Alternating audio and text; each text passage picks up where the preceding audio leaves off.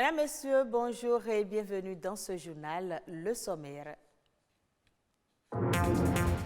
Démarrage ce lundi sur toute l'étendue du territoire national de l'examen du certificat d'études primaires. Plus de 206 000 candidats planchent pour ce examen. Le constat du démarrage à Cotonou dans ce journal. Il touche près de 3 000 femmes chaque année dans le monde. Le cancer du col de l'utérus est une maladie silencieuse et virale. Le dépistage précoce permet aux femmes d'être à l'abri. La fente labiale, une malformation qui perturbe plusieurs fonctions et entraîne des troubles de la nutrition, de la respiration et même de la parole chez l'enfant, mais on peut la détecter.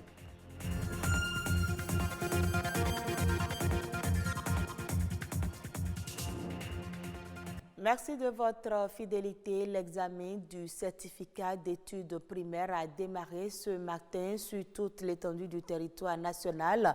Plus de 206 000 candidats vont essayer de décrocher le premier diplôme scolaire. Une équipe de notre rédaction s'est rendue dans quelques centres de composition à Cotonou pour constater le démarrage. Daniel Sosa, Rodrigue Babagbeto. C'est l'évaluation qui continue. Rassurer les élèves avant le lancement des épreuves, c'est l'une des tâches auxquelles s'attelle Antoinette dans chaque salle de classe ce premier jour de l'examen du certificat d'études primaires CEP. Une composition qui se déroule sur fond de Covid-19 et ici, toutes les mesures sont prises pour assurer une bonne composition aux candidats. Les dispositifs de lavage de main, tout est là, pourvu d'eau et de savon. L'État a mis à notre disposition des gels. Chaque salle a eu son flacon de gel. Les enfants, tous autant qu'ils sont, ils ont déjà eu ça dans la paume de la main. Ils se sont frottés les mains avec. Il y a 300 candidats dans mon centre, dont 150 filles et 150 garçons. Un effectif réparti dans 11 classes, 3 salles de 28 candidats et 8 autres de 27, ici à l'école primaire publique Siké Sud. Les élèves sont rassurés de la sécurité de leurs épreuves. À 8h30, le top est lancé. Les enfants démarrent par l'épreuve de lecture. Pendant ce temps, certains parents attendent patiemment à l'extérieur, composant eux avec des prières. C'est le cas de cette directrice d'établissement ayant elle-même conduit ses 18 candidats à leur centre. Je suis venue raccompagner mes enfants à l'examen du CEP 2020. Je prie le Seigneur que l'Esprit Saint les aide à bien travailler et venir à leur contrôle. Que le Seigneur soit leur protecteur et les garde comme la prunelle de son œuvre. Tout comme cette fondée, Pierrette a conduit son enfant au complexe scolaire de Kadiaoun ce lundi matin. Pour chaque jour que va durer l'examen, pas question de s'en aller avant la sortie de sa fille. Je ma fille de 7h. 7h30, pas 8h. Là, il grandit. Et la ville est venue cacher.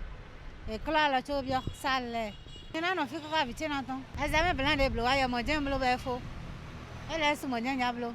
À l'intérieur, 124 garçons et 132 filles composent en lecture pour une durée d'1h15. Aucun incident n'est à signaler.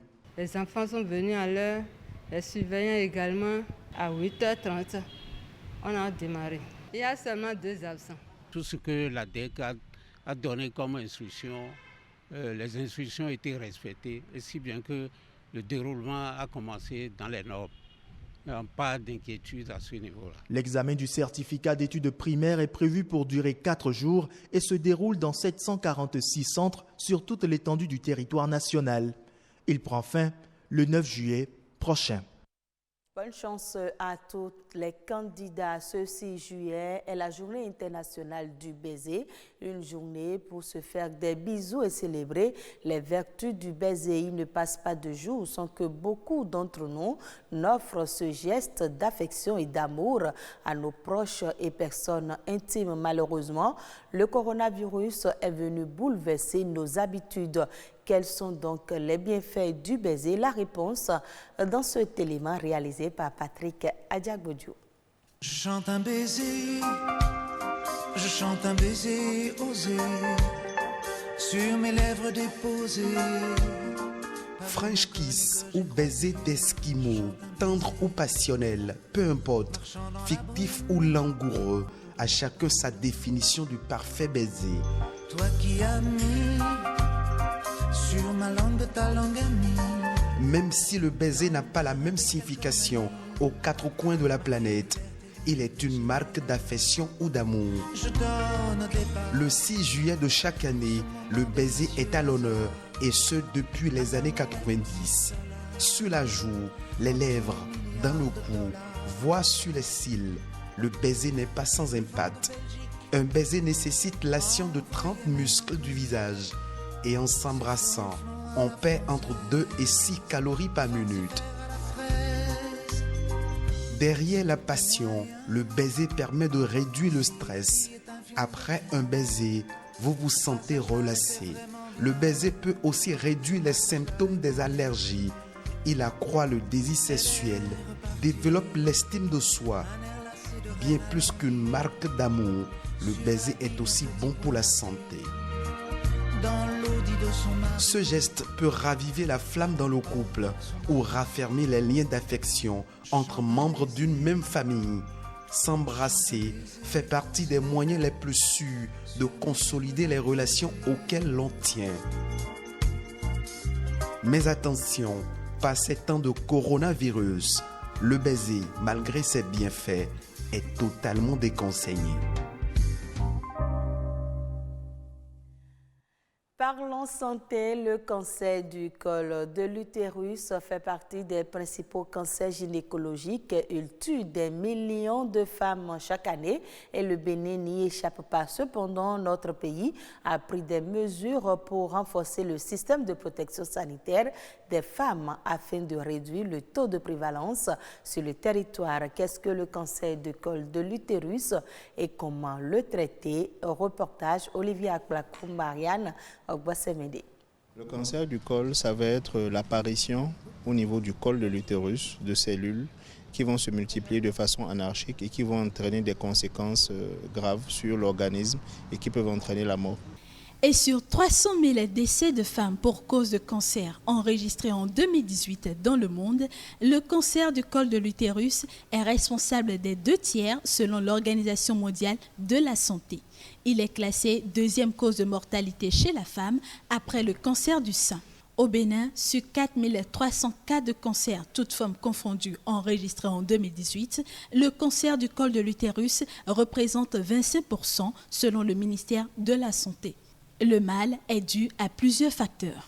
Le principal élément qui cause le cancer du col, c'est l'infection à un virus qu'on appelle le Human Papillomavirus.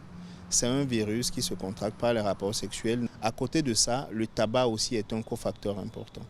Ces cellules cancéreuses, une fois installées, vont progresser de façon presque silencieuse vers le cancer. Pour qu'il apparaisse, ce sont des anomalies au niveau du col qui vont s'aggraver et qui au bout de 10 à 15 ans vont être appelés cancer.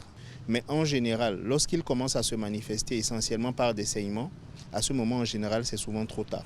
Si l'alcoolisme et le tabagisme représentent des facteurs aggravants, ce ne sont pas les seuls facteurs prédisposants. C'est par exemple les personnes qui sont immunodéprimées, c'est-à-dire dont le système de défense de l'organisme ne fonctionne plus bien, par exemple les personnes vivant avec le VIH, dans certains diabètes. Que le cancer du col de l'utérus apparaisse tôt ou tardivement, la prise en charge n'est pas aisée.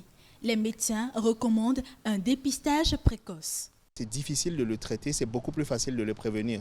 Passé un certain stade, il ne va pas pouvoir être guéri. On va plutôt améliorer le confort de vie de la personne le temps qu'il lui reste à vivre. Et pour accompagner les agents de santé dans la lutte contre le fléau, le Bénin s'est doté d'un document stratégique de 100 pages qui fournit des informations utiles sur le cancer du col de l'utérus et d'autres cancers chez la femme. L'opérationnalisation de ce plan stratégique permettra dans les mois et années à venir aux autorités et acteurs sanitaires d'apporter l'assistance nécessaire aux populations béninoises afin de leur éviter autant que faire se peut ou de détecter à temps toute situation de cancer susceptible de leur être préjudiciable. Avec une bonne mise en application de ce plan stratégique, nous parviendrons à une réduction de 30% du taux de mortalité lié au cancer du col de l'utérus. Les femmes, quel que soit leur âge, sont invitées à faire l'examen du frottis vaginal tous les 3 ans pour éviter toute complication. Plus connue sous le thème de bec de lièvre, la fente labiopalatine est l'une des malformations congénitales les plus fréquentes de la sphère orofaciale.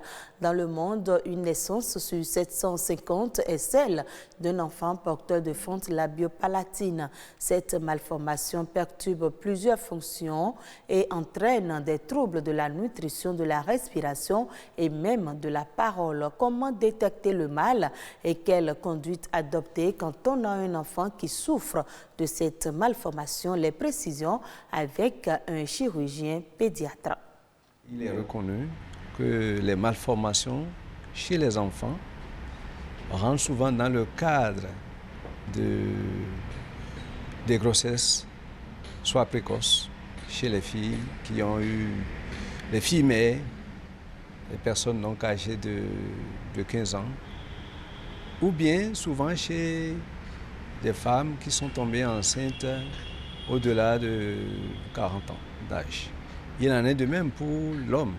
L'homme qui se marie un peu précocement, qui fait donc enfant avant 15 ans, court aussi le même risque, ainsi que aussi les hommes qui sont au-delà de 40 ans. Pour les femmes qui vont régulièrement en consultation, le gynécologue obstétricien devrait normalement leur faire une échographie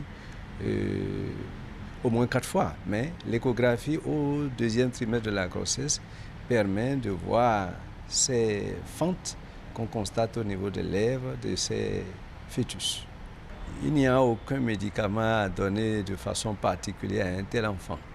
Mais il y a quand même à apprendre aux mamans, selon la gravité de la fente labiopalatine dont souffre leur bébé, la manière de téter cet enfant pour que l'enfant n'inhale pas le lait, n'inhale pas la bouillie et consorts. Il y a une manière particulière de les nourrir et cette manière, les pédiatres savent bien le faire, les puéricultrices aussi savent bien le faire. Hors du Bénin, le Rwanda a mobilisé 93% des recettes publiques attendues pour l'exercice 2019-2020 malgré la crise du coronavirus. Si ce chiffre est en hausse par rapport à celui de l'exercice précédent, les autorités s'attendent à une baisse de 10% des performances pour 2020-2021. Les recettes fiscales ont augmenté dans presque tous les secteurs économiques. Le nombre de contribuables a augmenté. Les retards de déclaration d'impôts ont diminué. Pour limiter les effets de la pandémie de COVID-19 sur les opérateurs économiques, le Rwanda prévoit des ajustements fiscaux comme l'introduction du calcul du paiement trimestriel pour l'impôt sur les sociétés et l'impôt sur le revenu des personnes physiques. Et ce sera tout pour cette édition. Merci de l'avoir suivi. Retrouvez ce journal sur le site de l'ORTB, www.ortb.bj.